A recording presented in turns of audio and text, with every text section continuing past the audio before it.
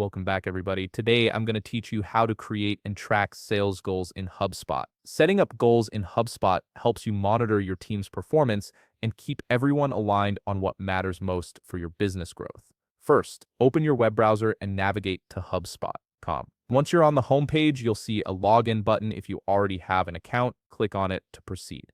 If you're new to HubSpot, look for the option that says Get Free HubSpot CRM to create your account. For this tutorial, we'll assume you're already set up and ready to sign in. After clicking Login, you'll be prompted to enter your HubSpot credentials.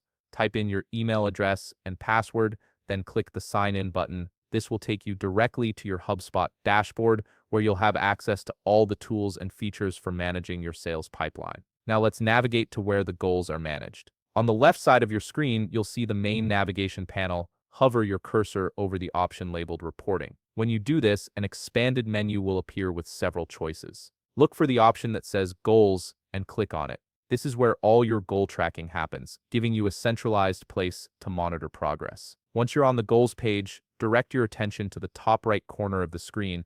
You'll notice a button that says Create a Goal with a small drop-down arrow next to it. Click on this button and a drop-down menu will appear from the options presented. You can only create from template, so go ahead and click on From Template. This feature simplifies the goal creation process by offering pre-built templates tailored to common sales objectives. Now you're in the Goal Template menu, where you'll find various types of goals you can track.